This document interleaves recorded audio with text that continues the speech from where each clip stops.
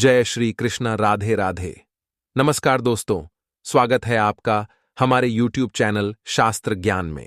दोस्तों, आप भी अपनी लाइफ में कुछ नया सीखना चाहते हैं तो जल्दी से सब्सक्राइब कर लीजिए आपके अपने YouTube चैनल शास्त्र ज्ञान को, ताकि ऐसे ही आध्यात्मिक जानकारी वाले वीडियो आपको सबसे जल्द प्राप्त हो सके, आप इनका पूर्ण रूप से लाभ प्राप्त कर सकें। तो चलिए दोस्तों, आज की जानकारी शुरू करते हैं। दोस्तों, सूर्यास्त के बाद भूलकर भी ये 5 काम मत करना, और ना ही सूर्यास्त के बाद घर की ये चीज किसी को देना, नहीं तो बाद में बहुत पछताओगे। चलिए जानते हैं विस्तार से। दोस्तों, सूर्यास्त के बाद कुछ ऐसे काम हैं जिनको कभी नहीं करना चाहिए। ज्योतिष शास्त्र में इसे दरिद्रता और गरीबी का बहुत बड़ा कारण माना जाता है, जिन्हें आमतौर पर सभी अनजाने में कर बैठते हैं। अगर आप आगे से यह ध्यान रखें कि सूर्यास्त के बाद किन किन कामों को बिल्कुल नहीं करना चाहिए, तो माता लक्ष्मी जल्द ही आपसे प्रसन्न होगी और आपके जीवन में आर्थिक समस्याओं का अंत कर देगी। तो चलिए अब उन कामों के बारे में जानते हैं जिनको सूर्यास्त के बाद भूलकर भी नहीं करना चाहिए। पहली बात, सूर्यास्त के बाद अगर आपको घर के अंदर झाड़ू पोछा करने की आदत है, तो इस आदत को तुरंत छोड़ दें और झाड़ू पोछा सूरज डूबने से पहले ही लगा लें, क्योंकि सूरज डूबने के बाद ऐसा करने से धन और वैभव का नुकसान होता है। ऐसा माना जाता है कि सूरज डूबने के बाद झाड़ू और पोछा लगाने से माता लक्ष्मी आपके घर से हमेशा हमेशा के लिए चली जाती है और फिर व्यक्ति अपनी किस्मत का रोना रोता है। दूसरी बात दोस्तों, जब सूर्यास्त हो रहा हो तो उस दौरान भूल से भी ना तो सोना चाहिए और ना ही भोजन करना चाहिए। अगर आप ऐसा करते हैं तो इससे आपके स्वास्थ्य को हानि होती है। साथ ही साथ ऐसा माना जाता है कि जीवन में धन की तंगी पैदा होने लगती है, क्योंकि जो सूर्यास्त के समय सोता है उसका भाग्य भी उसी के साथ सो जाता है।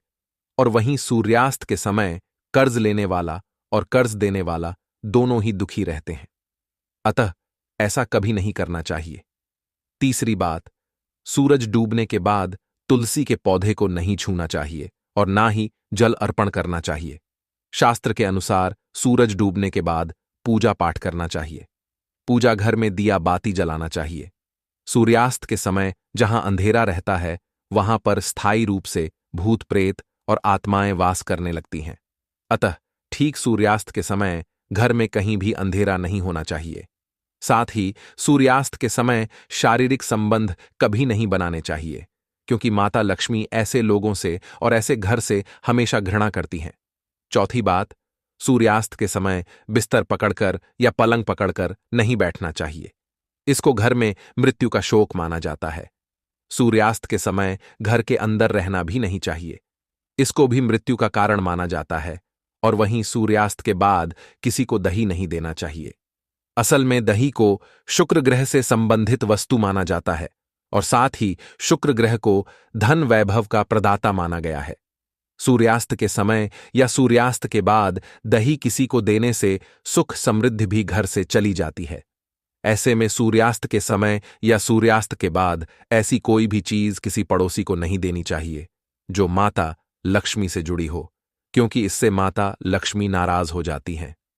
पांचवी बात, कई बार लोग सूर्यास्त के बाद या सूर्यास्त के समय नाखून या बाल कटवाना पसंद करते हैं, जो कि बहुत ही गलत आदत मानी जाती है।